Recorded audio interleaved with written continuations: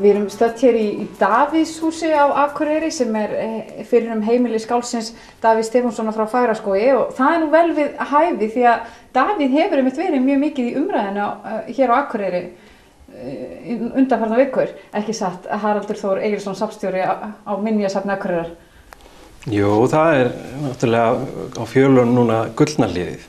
Þannig að það hefur svolítið verið í deiglunni að ræða skáldið. Hann hefur nú alltaf verið sko dálítið í umræðinu og ljóð og lög náttúrulega oftar sko í loftinu heldur en maður gerir sér grein fyrir sko. Þannig að það ánægjulegt að hann sé ennþá meira í sviðsljósinu þessa dagana. Og þið ætluðum að vekja ennþá meiri athygli á honum á morgun, þriðjudag, þá verður opið hús hérna í Davíðshúsi þar sem á að ræða skáldið. Já, við erum svona bjóð upp á hógvært afmæli. Það semst 21. janúar semst afmælisdagur Davíðs, þannig að við erum með opið hús hérna kvöldið, milli 8 og 10. Þá getur fólk bara kíkt hér í heimsókn. Það ótrúlega margir sem hafa aldrei komið í heimsókn. Það að gera kíkja, kostar ekkert sko. Þannig að það verður bara svona óformlegt spjall manninn og hans verk. Ekki væri nú verra ef fólk sem þekkti til kæmi í heimsókn og segði okkur kannski pínu frá þeirra upplifun sko. Það gefur okkur líka mikið tilbaka sko. Já, við köllum stundum fagurkeran frá Fagraskógi sko. Þannig ekki bara fagurkeri og orðsins list heldur líka og vildi hann hafa fallið í kringum sig og sanga þessi mjög fallegum hlutum og þá heimilið í sjálfu sér bara eitt listasafn að koma inn á. En við erum ekki ein hérna í húsinu í dag. Það heyrist hérna smá ómur úr öðru herbyggi hérna frá leikurum, frá leikfélagi Akureyrar. Hvað erum að vera hérna? Já, það svo gaman að sko skáld verða öðrum innblástur að nýjum verkum. Það verið að fyrsti dagur í sem verið að leiklesa nýtt verk sem byggir á ævi skáldsins og bæði beint og óbeint. Þannig að hér inni í bólstofunni eru leikarar að byrja að feta sig inn í þetta nýja útvarpsverk. Þetta gert sem til samstarfi leikfélags Akureyrar, Ríkisútvarpsins og Minjasafnsins á Akureyri. Þannig að kannski kíkja bara og sjá hvernig gengur það. Ég held það, sögum við þá. Takk fyrir spjallið, við kíkjum á leikarana. Takk sömuleiðis. Davíð, missum ekki stjórn á okkur. Láttu mig í friði. Ég með fulla stjórn á okkur. Já, fyrst mér nú fara hreint með það. Þarna lauk þetta atriði, 7. atriði og þá erum við komin til Noregs með Gerdu Gríð og við erum bakvís í leikhúsi og fáum eftir það svona fyrstu Pétri Gaut.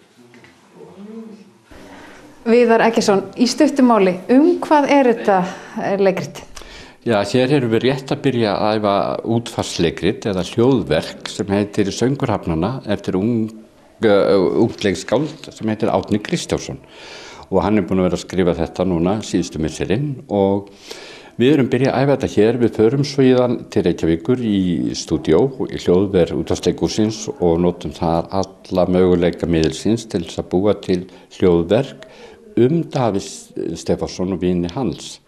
Þetta verk ekki sagnfræði, það ekki byggt á sagnfræðilegum heimildum, heldur þetta verk sem lítur sínum eigin listrænu lögmálum það sem hugsanlega hafi getað gerst í samskiptum Davíðs við náunavini sína þegar hann var að skrifa Gullanliðið.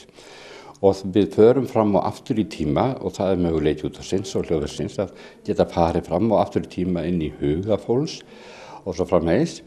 Og það sem sagt hugmyndin svo að 1. mars næstkomandi sem þá 50 ára liðin frá láti Davíðs Stefánssonar að þá verði þetta verk flutt hér, þessi upptaka sem hljóðinnsetningin inn í húsinu. Þannig að fólk situr hér húsið í nánast myrkri og fær raddir látinna skálda og listamanna sem að þekktu Davíð og samskipti þeirra hérna húsið eins og sé að ferðast rýmið og líka kannski handan þessa lífs. Hljómar mjög draugalega? Já, þetta svona, já, má kannski segja það en þetta voðalega fallegt og manneskjulegt verk En eins og segi, þetta bara hugaburður okkar það hvað gæti hafa gerst í lífi Davíðs á þeim stundum þegar hann var í þessum átökum að skrifa Gullnaliðið og hvað yrði það verk. En við þykir þú heppin? Það hafði Björns. Indriði? Nei. Lalli. Lalli sem var í höfn. Einmitt sá Lalli. Ég ekki óskopun með Lalli sem var í höfn. Lárus Pálsson. Lávaxinn, þetta svona. Lárus Pálsson. Við vinir þínir og aðdáendur fáir einir á allri hinni íslensku þjóð. Sendum þér 50 þakkir fyrir ógleymanleg kynni og unnin afrek og byggjum þess að Ísland láti jafnan vaka yfir ljúflingi sínum hollar vaktir og máttugar. Páll Ísólfsson, Lárus Pálsson, Helgi Hjörvar, Árni Pálsson, Arndís Björnsdóttir. En þeir sem ekki komast hingað norður til þess að njóta verksins hér í húsinu, já, þeir eiga að kosta á því að heyra það á öldum ljósvakans, er það ekki? Jú, sko, það verður fyrst flutt hér og væntanlega í nokkur skipti og jafnvel bara fram eftir marsmánuð og jafnvel fram að páskum. Það eru fáir sem komast að hverju sinni. Og síðan páskana þá fær alþjóð að heyra það, ég bara landið og miðinn og útlöndin í gegnum viðtækið sína Rás 1, það verður þetta páskaleikrit Ríkisútvarpsins. Gangi ykkur vel með þetta. Takk.